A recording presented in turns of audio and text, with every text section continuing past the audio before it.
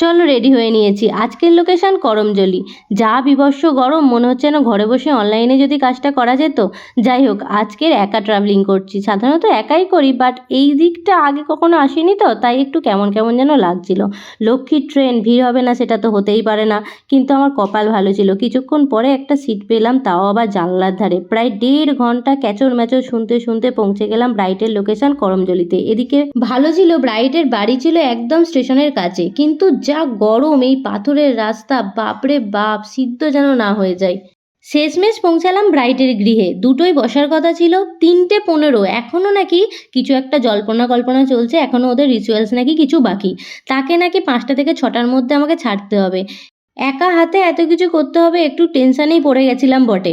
কিন্তু ব্রাইড এবং ব্রাইডের ফ্রেন্ডরা এত ভালো ছিল, এত কোঅপারেট ছিল যে কি বলবো। ওরাই আমাকে বললো যে তুমি ধীরে সুস্থে কাজ করো, কাজটা ভালো হওয়া নিয়েই কথা।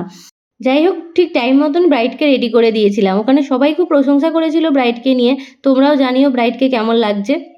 তারপর সকলের থেকে বিদায় জানিয়ে ব্রাইডকে বিদায় বলে বেরিয়ে পড়লাম নিজের গন্তব্যে।